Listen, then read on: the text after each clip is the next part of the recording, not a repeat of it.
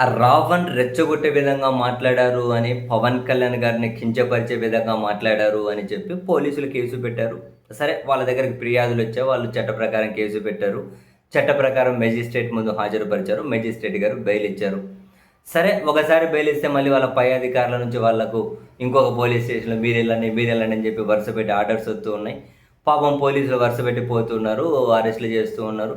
ఆ సెక్షన్‌లు పెడుతున్నారు. మేజిస్ట్రేట్ గారు బెయిల్ ఇస్తూ ఉన్నారు. సరే ముందుకు వెళ్తూ ఉన్నారు. ఈ క్రమంలో ఇలా పోలీసులు అరెస్ట్‌లు చేసేంత వరకు సంతృప్తి చెందుతున్నటువంటి తెలుగుదేశం పార్టీ ఈ జర్నలిస్టులు అండ్ జనసేన పార్టీకి సంబంధించిన వాళ్ళు, ఈ యాంకర్లు అండ్ చివరికి రాజ్యాంగబద్ధమైన స్థానంలో ఉన్న వాళ్ళు కూడా కొందరు కీలకమైన రోజు ఏదో ఒకటి కులాల మధ్య, మతాల మధ్య గొడవలు పెట్టే ఒక పెద్ద మనిషి కూడా ఇటు న్యాయస్థానాల మీద, పోలీసుల మీద కూడా ఆక్రోశం ప్రదర్శిస్తూ ఉన్నారు. చివరికి వీళ్ళు డిబేట్‌లే అసలు పోలీసులకు సెక్షన్‌లు తెలుసా? పోలీసులకు చట్టం తెలుసా? ఏ సెక్షన్‌లు పెడుతూ ఉన్నారు? ఇలా మెజిస్ట్రేట్‌లు బెయిల్ ఎలా ఇచ్చేస్తారు? అని చెప్పి మళ్ళీ పక్క రాష్ట్రంలో ఒక ఎమ్మెల్యే సీఎం మీద అనుచిత వ్యాఖ్యలు చేస్తే అక్కడ వాళ్ళు బెయిల్ ఇవ్వలేదు గదా! అనుచిత వ్యాఖ్యలు చేస్తే బెయిల్ ఇవ్వలేదు గదా! ఇక్కడ ఎట్లా ఇస్తారు? బహుశా తమిళనాడు జడ్జీలకు పెద్దగా జ్ఞానం ఉండట్లేదు. మన వాళ్ళ దగ్గరికి ట్రైనింగ్ పంపించాలి. కానీ ఇక్కడ మీరు నోట్ చేసుకోవాల్సిన విషయం ఏంటి అంటే, పక్క రాష్ట్రంలో బెయిల్ ఇచ్చారా లేదా జనాలకు తెలియదు కదా అని చెప్పి వీళ్ళు అబద్ధాలు చెబుతూ ఉన్నారు. పక్క రాష్ట్ర తమిళనాడు డీఎంకే ఎమ్మెల్యే, మాజీ మంత్రి కూడా అనితా రామకృష్ణ ఆయన పేరు. అనితా రాధాకృష్ణ సరే ఆయన పేరు. ఆయన సీఎం మీద వ్యాఖ్యలు చేసి అక్కడ సీఎం మీద పోలీసులు అరెస్ట్ చేసిన మాట విజయం. తర్వాత మెజిస్ట్రేట్ ముందు పోలీసులు హాజరుపరిచారు. మెజిస్ట్రేటు వ్యక్తిగత పూచీకత్తు ₹10,000 బాండ్ పేపర్ వ్యక్తిగత పూచీకత్తు మీద బెయిల్ ఇచ్చారు. ఆయననే రిమాండ్‌కి పంపలే. వీళ్ళు తప్పు చెబుతూ ఉన్నారు. జనానికి తెలియదులే అని. అక్కడ బెయిల్ ఇచ్చారు. వరుసగా 10 రోజుల పాటు ఆయన ఉన్నటువంటి పోలీస్ స్టేషన్‌లో సంతకం చేయండి అని చెప్పి కూడా చెప్పారు. ఇంకోసారి ఇలా మాట్లాడకండి అని చెప్పారు.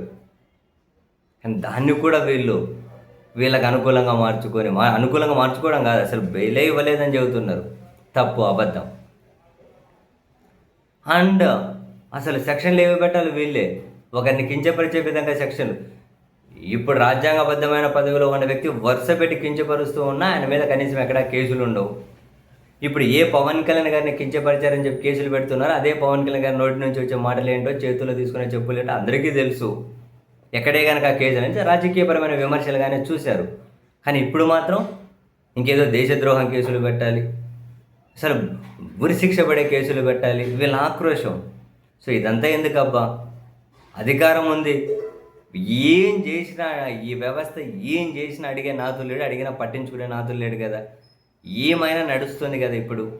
మరి ఆ తెలుగుదేశం పార్టీ యాంకర్లకు లేకుంటే జనసేన పార్టీ వాళ్ళకి సంబంధించో ఇంకో కొందరు మహిళలను ఉద్ధరించిన వాళ్ళు కొందరు బ్రహ్మాండంగా ఉన్నారు.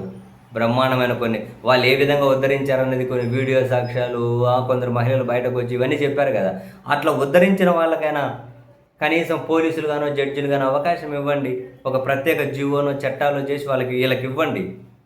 ఇప్పుడు ఈ గ్రూప్ ఎవరైతే ఉన్నారో పోలీసులు ఏ సెక్షన్లో పెట్టాలని చెప్పి వీళ్ళు క్లాసులు చెబుతూ ఉన్నారు. జడ్జిలు బెయిల్ ఇవ్వాలా లేదా అని చెప్పి వీళ్ళు క్లాసులు చెబుతూ ఉన్నారు. వీళ్ళకి ఆ పోలీసులుగా న్యాయమూర్తులకు అవకాశం ఇవ్వండి. వాళ్ళను కూర్చోబెట్టండి. కేసులు వాళ్ళతోనే పెట్టించండి. శిక్షలు వాళ్ళతోనే అమలుపరచండి. వేగవంతమైన విచారణ, ఫాస్ట్ కోర్టులు ఏర్పాటు చేసి కనీసం ఆంధ్రప్రదేశ్లో ఒక 1,000-2,000 మంది నన్ను ఉరి తీయండి. ఎందుకు పాపం సాటిస్ఫై అవుతారేమో. వాళ్ళ ఆక్రోశం చూడలేకున్నాం. ఏ ప్రతి దాంట్లోనూ వీళ్ళ ఆక్రోశం ఇట్లనే ఉంటుంది. ఎవడైనా మీడియా అనబడేవాడు రాజ్యాంగబద్ధమైన స్థానంలో ఉన్నవాళ్ళు ప్రజాస్వామ్యాన్ని, రాజ్యాంగాన్ని, చట్టాలను గౌరవించే విధంగా, పౌరుల హక్కులు కాపాడే విధంగా ప్రయత్నాలు చేస్తాడు. వీళ్ళ ఆక్రోశం తగలబెట్టి బూడిద కూడా వీళ్ళ ఆక్రోశాన్ని అంటున్నా, వీళ్ళని కాదు. చిచి, మనం అట్లా మనుషులకు అట్లా ఎప్పుడూ మనం మాట్లాడడం. వీళ్ళ ఆక్రోశం అనేది తగలబెట్టబడి వీళ్ళకు కాసింత ప్రశాంతతన చేకూరబడుతుందేమో అప్పటి వరకు. వీళ్ళ ఆక్రోశం అనేది తగలబెట్టబడుతుందేమో. ఏందండి ఇదంతా? జడ్జీలను బెయిల్ ఇచ్చి న్యాయమూర్తులను తిడుతున్నారు, కేసులు పెట్టిన పోలీసులు తిడుతున్నారు, ఏం సెక్షన్లు పెడుతున్నారని. చూడండి, పోలీసులు మీరు కాసింత గుండె మీద చేసుకొని, అంటే గుండె మీద చేసుకొని ఎందుకంటున్నాను అంటే అవి గుర్తొస్తాయేమో, ఆడున్నటువంటి ఆ సింబల్స్ అయినా తగులుతాయి కదా. ఆ షర్ట్ పోలీసు కాకి డ్రెస్ మీద ఉన్నది.